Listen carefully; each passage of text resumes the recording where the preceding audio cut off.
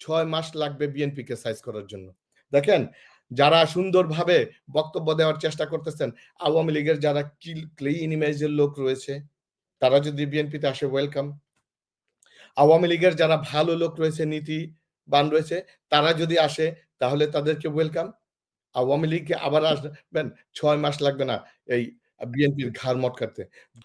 আওয়ামী লীগ আবার রাজনীতিতে ফেরত আসবে কিনা? শুনেন, আওয়ামী লীগ রাজনীতিতে ফেরত আসবে কি আসবে না, এটার সবচাইতে ভালো উত্তর আমার মনে হয় দিতে পারবে বিএনপি। এজন্য দেখেন, আওয়ামী লীগের রাজনীতি ১৯৭৫ সালে শেষ হয়ে গিয়েছিল। ১৯৭৫ সালে আওয়ামী লীগের রাজনীতি শেষ। সেই রাজনীতি আবার কিন্তু ফেরত আসছে কাদের হাত ধরে? জিয়াউর রহমানের হাত ধরে।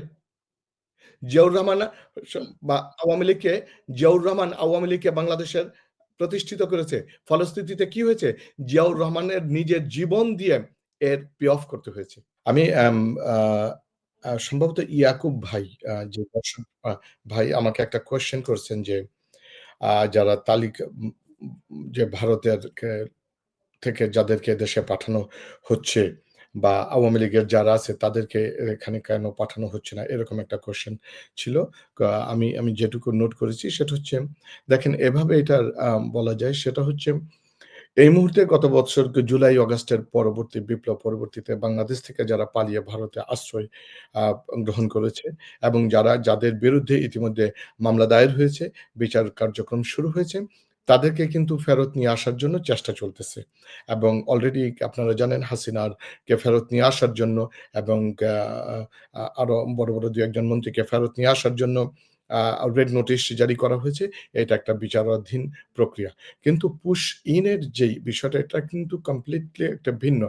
ভারতীয় নাগরিকদেরকে আমাদের দেশে বাংলাদেশী বলে চাপিয়ে দেওয়ার একটা অপচেষ্টা। সিম্পলি এটা হচ্ছে পুশিং। আমরা প্লেইন ল্যাঙ্গুয়েজে যেটাকে বুঝতে চাই। বাংলাদেশী কোনো নাগরিক যদি সত্যিকার অর্থে বাংলাদেশী কোনো নাগরিক যদি ভারতে অবৈধভাবে বসবাস করে, তাদের ওয়েলকাম, তারা ফেরত পাঠাবে বৈধভাবে। এবং বাংলাদেশে ভারতের যে অবৈধ, আমি আমার আগের সেগমেন্টে যেই পরিসংখ্যাটা দিয়েছি, পরিসংখ্যানটা সেটা হচ্ছে ১,৭০,০০০ জনের যে বিদেশী, এইটা কিন্তু রেকর্ডেড। এটা রেকর্ডেড আ বিভিন্ন পত্র-পত্রিকায়। বাট বাংলাদেশে কিন্তু বিদেশি অবৈধের সংখ্যা অনেক বেশি। বিশেষ করে ভারতীয় বা অবৈধের সংখ্যা অনেক বেশি। আপনি যদি একটু দেখেন, আপনি যদি এয়ারপোর্টে যান, আপনি যদি ইভেন নিউ মার্কেটে যান, উত্তরা বনাম নিউ মার্কেট, আ এই এলাকায় কিন্তু আ বিদেশি এবং ভারতীয় বিদেশি সংখ্যা খুবই বেশি। এবং বিশেষ করে বাংলাদেশের গার্মেন্টস সেক্টরে তারা কিন্তু আ প্রচুর আ মানে বৈধ এবং অবৈধভাবে, ১ম তো ধরেন ২, ৪, ৬ মাসের একটা ভিসা নিয়ে আসে। এরপরে তার ভিসার কথা বাংলাদেশ কখনো খোঁজও নেয় না। তারা বছরের পর বছর ধরে আছে। বাংলাদেশের গার্মেন্টস সেক্টরে কাজ করে এবং বাংলাদেশের গার্মেন্টস সেক্টরের সমস্ত তথ্যপত্র কিন্তু ভারতে পাচার করতেছে। আজ থেকে কিছু বছর আগামীতে দেখবেন, আ ম মেবি ইন 5-10 ইয়ার্স বাংলাদেশ আজকে যে ২ টা ফান্ডামেন্টাল আ বা যে রেমিটেন্স এর উপরে বেস করে দাঁড়িয়ে আছে। এক হচ্ছে রেমিটেন্স, আরেকটা হচ্ছে গার্মেন্টস ইন্ডাস্ট্রি। এই গার্মেন্টস ইন্ডাস্ট্রিটা বাংলাদেশ থেকে আগামী ৫ থেকে ১০ বছরের মধ্যে হাতছাড়া হতে যাচ্ছে। এবং ডিউ টু আমাদের ইগনোরেন্স এবং আমাদের ফরসাইটনেস এর অভাবে এবং ভারতীয় নাগরিক দিয়ে আমাদের গার্মেন্টস সেক্টরের কিছু ফান্ডামেন্টাল এরিয়াতে কাজ করার সুযোগ করে দিছে। আমরা ধরে নেই অনেকে। আমাদের বাংলাদেশে যারা গার্মেন্টস এর ব্যবসায়ী তারা ধরে নেয় বাংলাদেশের লোকজন ইংরেজি পারে না, ইংরেজি বলতে পারে না, ইমেইল করতে পারে না। এইজন্য তারা ভারতীয়দেরকে নিয়োগ দেয়। আর ভারতীয়দেরকে নিয়োগ, এই সমস্ত তথ্যপত্রগুলো বাংলাদেশ থেকে ভারতে চলে যাচ্ছে। এই বিষয়টা গার্মেন্টস ইন্ডাস্ট্রিকে আমি এর আগেও বলেছি তাদেরকে ভেবে দেখার জন্য। আমরা যদি আমাদের দেশের মানুষকে স্কিল না করি, তাহলে কিভাবে হবে? এটা আ বা একটা বিষয় যে আগামীতে এই সেক্টরটার উপরে কেমন, এবং এই যে রেমিটেন্স যোদ্ধা যারা আমাদের মিডল ইস্টের ভাইরা রয়েছে, এখানেও ভারত হস্তক্ষেপ চালু রয়েছে। আপনি দেখবেন যে কাতার, দুবাই, গোটা মিডল ইস্টে বাংলাদেশের চাইতে এখন ভারতীয়দের সংখ্যা খুব বেশি। তারা প্রত্যেকটা সেক্টরে, প্রত্যেকটা জায়গায় বাংলাদেশকে কোণঠাসা করার একটা প্রচেষ্টা চালাচ্ছে। ভারত হচ্ছে এমনটাই যে তারা আসলে বাংলাদেশকে কোনো অবস্থাতেই স্থিতিশীল এবং বাংলাদেশ যে অগ্রসর হবে সেটা চায় না। এবার আসি, আওয়ামী লীগ কে আবার রাজনীতিতে ফেরত আসবে কিনা? শুনেন, আওয়ামী লীগ রাজনীতিতে ফেরত আসবে কি আসবে না, এটার সবচাইতে ভালো উত্তর আমার মনে হয় দিতে পারবে বিএনপি। এজন্য দেখেন আওয়ামী লীগের রাজনীতি ১৯৭৫ সালে শেষ হয়ে গিয়েছিল। ১৯৭৫ সালে আওয়ামী লীগের রাজনীতি শেষ।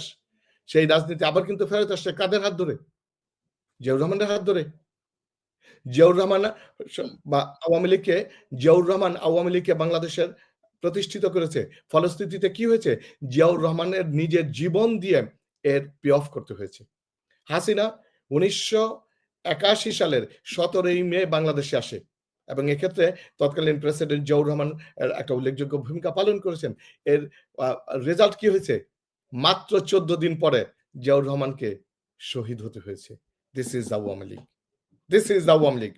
এখন যারা আওয়ামী লীগকে মনে করতেছেন আবার পুনর্বাসিত করবেন, ৬ মাস লাগবে বিএনপিকে সাইজ করার জন্য।